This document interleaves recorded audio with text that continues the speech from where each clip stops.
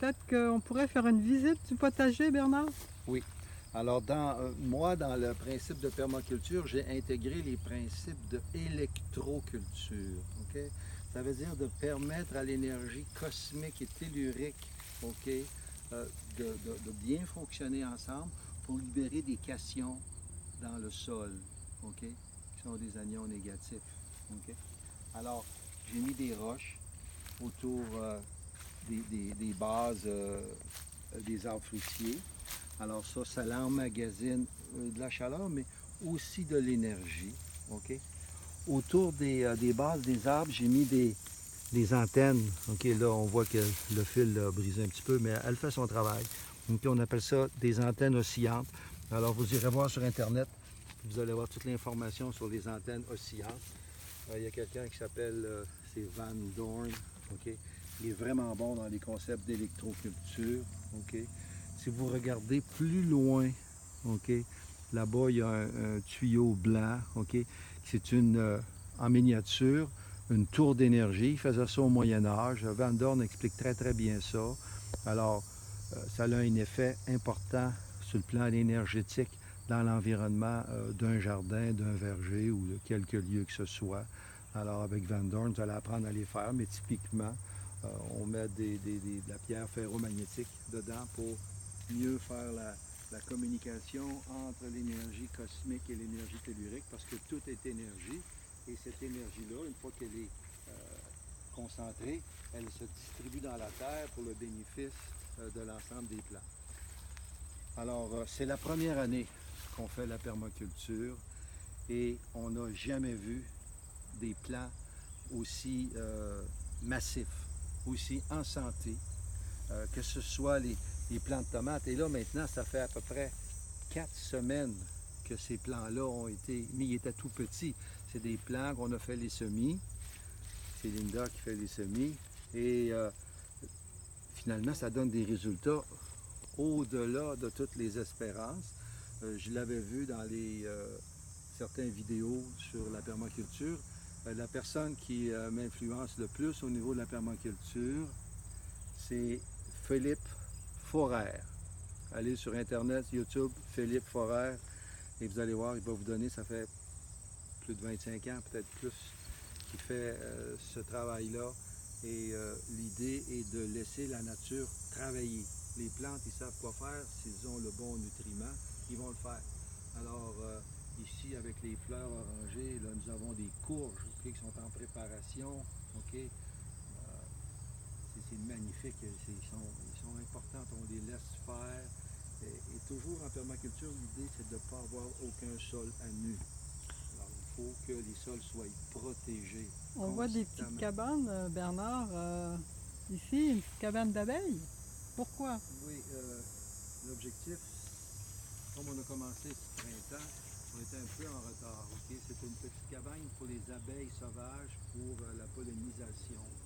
Et je vais faire le projet de faire plus grand un peu et pas cet automne pour que les abeilles y trouvent le lieu pour déjà au printemps prochain que ça puisse être en place. On va aussi ajouter beaucoup de cabanes à oiseaux parce que les oiseaux sont nécessaires pour contrôler les insectes dans n'importe quel jardin. Et les oiseaux, typiquement, ils essaient de contrôler deux cabanes, deux endroits de nidification.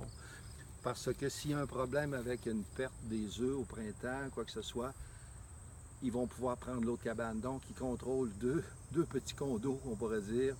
Et c'est vraiment magnifique. Mais ils font le choix de ces habitations-là à l'automne. Et quand ils reviennent au printemps, ils savent qu'ils ont les petites maisons, ils les ont vues, puis là, ils s'en viennent s'installer pour faire leur petit nid. C'est très, très important, les oiseaux. On n'a pas eu le temps de faire ça au printemps. Donc, on va le faire à l'automne pour qu'au printemps prochain, on soit prêt. Puis, on va ajouter ici une nouvelle butte, ici. Parce qu'il y a encore un autre endroit ici que je pourrais faire une belle butte qui va servir aussi à alimenter les arbres fruitiers. Parce que les buttes, à cause qu'ils accumulent l'eau, ici, c'est un sol très sablonneux. Okay? Et c'est parfait pour les arbres fruitiers, mais ils ont besoin quand même de nutriments, les arbres fruitiers. Avec la proximité des buttes, ça va aider beaucoup les arbres fruitiers. On le verra dans le temps, mais c'est vraiment une expérience qu'on fait actuellement. Et on a mis des fleurs dans ce jardin-là. Ici, il y a des hémérocalles sanguines. Là, on les voit là-bas. Ils sont fleuris. Là. Ça prend des fleurs. On veut que les abeilles soient là, qu'il y ait le nutriment. On veut que les oiseaux ici soient bien à l'aise. Alors, vous voyez encore ici des plants de tomates. Okay? Il va y avoir énormément de fruits, okay, qui vont être là. Ici, on a des plants de piments. C'est la première année qu'on a essayé dans le jardin conventionnel d'avoir des piments, puis on ne réussissait jamais. Alors, on voit que le nutriment dans le sol est adéquat pour le plant de piment. La chaleur et l'humidité dans l'environnement, le compagnonnage est parfait. Comme dit Philippe Forêt, il dit, ne vous cassez pas la tête. Semez n'importe quoi dans vos environnements de permaculture. L'environnement va vous le dire, la plante, elle va vous le dire si elle est heureuse. Alors, elle va se projeter et elle va faire comme les plants de tomates ici qui sont magnifiques. Et elle va faire comme ces plants-là de cerises de terre. Je n'ai jamais vu des plants de cerises de terre aussi grands. Alors là, maintenant, les cerises sont en train de se former. Les cerises, c'est magnifique. Il va en avoir une récolte merveilleuse. Alors, la permaculture, c'est une aventure pour nous d'apprentissage, mais c'est facile, c'est à la portée de tout le monde.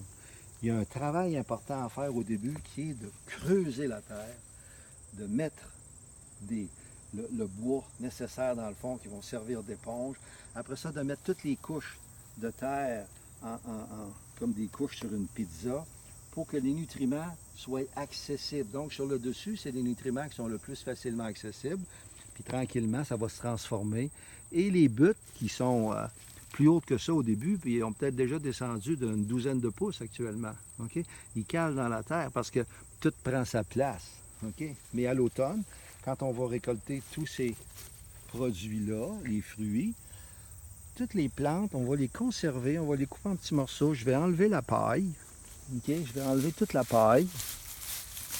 Puis on va